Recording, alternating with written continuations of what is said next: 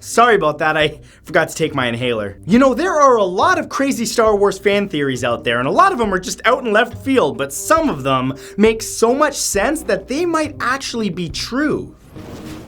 Here are 10 crazy Star Wars fan theories that might be true. Number 10 is Boba Fett killed Owen and Beru.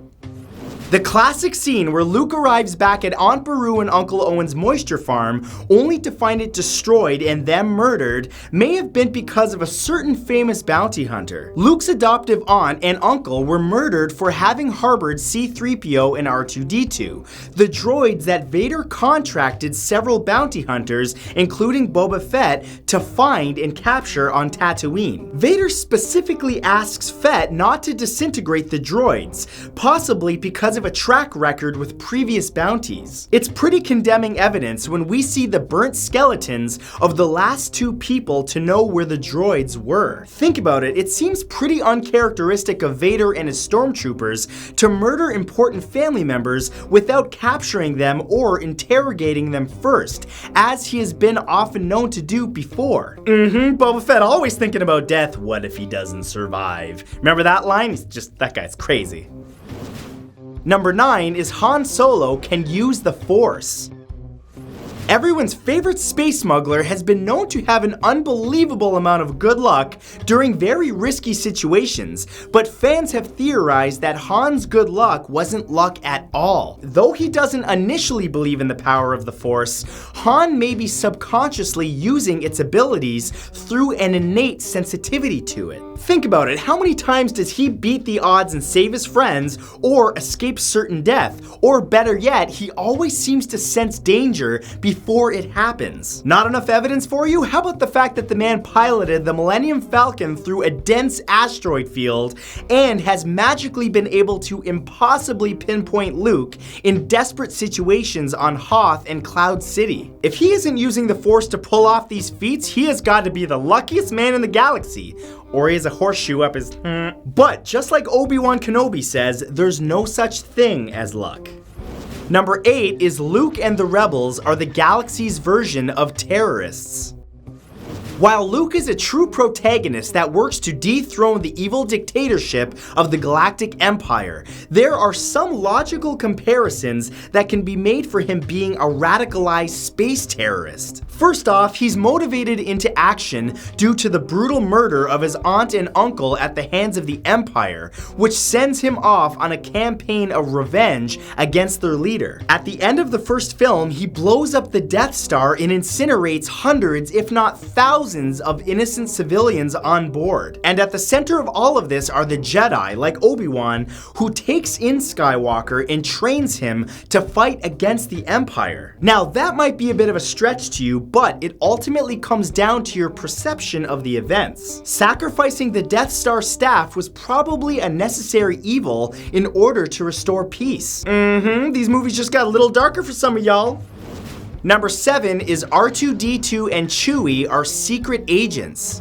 A popular fan theory that would also make an excellent standalone movie in the series points to R2-D2 and Chewbacca being undercover agents for the Rebel Alliance. Before the events of A New Hope, C-3PO has his memory wiped in order to keep the talkative droid from spilling secrets about the newborn Luke Skywalker and Leia Organa. R2-D2 was spared from this memory wipe and therefore knows much more about the pair's long history with the Rebel Alliance and Obi-Wan, making him the perfect agent to set up chance meetings between important characters. Chewbacca and Yoda are old friends from his days serving as a general on the Wookiee planet of Kashyyyk. Chewie continued to work with the Rebels and may be the real reason Han happened across Luke and joined in the battle against the Empire. Okay, that one's just crazy, or in Wookiee. Number 6 is Poe is Kylo Ren's secret puppet. This theory, involving the newest characters from The Force Awakens, speculates what could have happened during the period of time when Poe crash lands his stolen TIE fighter on Jakku. His mysterious disappearance and convenient reappearance after surviving the deserts of Jakku with a concussion left some viewers suspicious. It is possible that Poe was actually captured by the First Order to act as a mole in the Resistance, but since Poe wouldn't help willingly, some finessing of the Force by Kylo Ren was used to persuade Poe into acting as a double agent. Now, Poe is probably more trouble than he's worth as a double agent since he destroys the First Order Starkiller weapon, but Kylo Ren isn't the sharpest Star Wars villain to ever threaten the galaxy. Let's be completely honest here, Kylo Ren is more concerned about looking emo than he is being evil. He's just sad all the time. Look at him. Look at that face. He just needs someone to cuddle with. Number 5 is Qui-Gon Jinn is actually evil.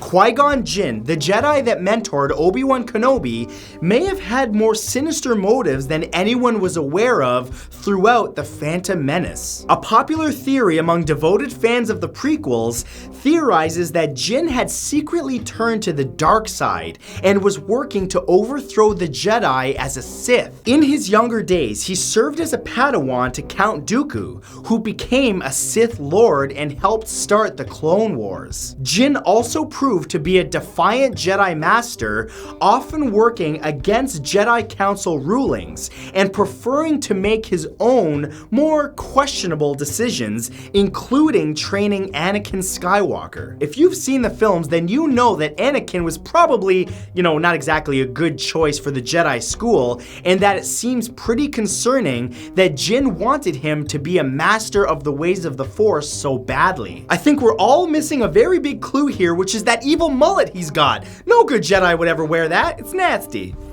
Number 4 is Emperor Palpatine murders Padmé Amidala. After giving birth to Luke and Leia at the end of Revenge of the Sith, Padmé Amidala, Anakin's wife, dies due to unknown circumstances. Her attendants claim that physically she's fine, but they seem to be losing her because she has lost the will to live. However, there's a fan theory that attributes her death to some sneaky manipulation in the Force by Emperor Palpatine, who uses his powers to assassinate her while she's in a vulnerable state. This would be an extremely clever move on Palpatine's part, silencing her and accelerating Anakin's descent into the dark side and rebirth as Darth Vader. Furthermore, her death would cause emotional problems for her children, making them more susceptible to the temptations of the dark side. But then again, Palpatine prefers electrocuting his victims to death rather than just killing them softly, so I'll leave that one up to you. Number 3 is Jar Jar Binks is a Sith Master. Okay, just hear me out. Though he's annoying to a lot of people and basically a lame attempt at comic relief in a fantasy movie, a fan theory by Reddit user Lumpa Waru speculates that Jar Jar is in fact a trained Force user and an effective Sith spy. Jar Jar's clumsy and goofy mannerisms throughout the prequels almost resemble a form of drunken martial arts, meaning Jar Jar is deliberately acting as a buffoon as a fighting technique. Jar Jar also has a way of persuading people through his foolish charm and gesturing with his hands, like a Jedi using Force persuasion might. For a lowly Gungan, he managed to talk his way into becoming an army general and a representative of his home world in the Galactic Senate, where he eventually convinced everyone to put Emperor Palpatine into the role of supreme power. Misa thinks he may indeed be an evil conspirator. Number 2 is Deep Cover Kylo. This theory states that Kylo Ren is really just the galaxy's greatest showman, and that all the evil stuff he's been doing, like, murdering his own father in cold blood, spoiler alert, has been an act in order to get closer to Snoke. If this crazy theory is really true, then Han Solo would have been sacrificing himself, Luke's Jedi students might not be dead after all, and Ren would turn out to be the main protagonist the whole time. Now, while Star Wars can be known for its big plot twists involving characters' true intentions, this one seems like an awful big stretch after the ending of The Force Awakens. Surely, if the writers of the new trilogy were heading in this direction, they would have included more subtle hints towards the truth, and they probably wouldn't have pawned off Solo's death as a way to earn Snoke's trust and lure him into an assassination. But hey, who would have predicted that Vader was Luke's father back in the day? So anything is possible, folks. Just watch and see. And number 1, our Ewoks are evil creatures. These furry little extraterrestrials that look like a cross between a little person and a dog have been nothing but adored by fans and casual viewers of The Return of the Jedi. But the Ewoks' cute and civilized nature may be a misunderstanding, since according to this theory, they love to chow down on people if given the chance. When Luke, Han, and Chewie first encounter them, they're hogtied and carried away to be roasted and eaten. The Ewoks end up skipping their dinner that night, but fortunately, fresh human stormtrooper soldiers show up to be hunted and added to the cookout. Now, it's definitely possible that the Ewoks understood enough about the evil empire's downfall to celebrate it at the end of the film, but it's also very possible to think that they're partying because they just got tons of free meat. And after all the explosions, maybe it's pre-roasted. Yummy, yummy human. So, that was 10 crazy Star Wars fan theories that might be true. And if you enjoyed this, remember to give it a big thumbs up. Also, be sure to subscribe and turn on notifications by clicking the little bell beside the subscribe button so that you never miss a thing, because I release new videos all the time. Thank you guys for watching, and I will see you in the next video. May the Force be with you. Bye.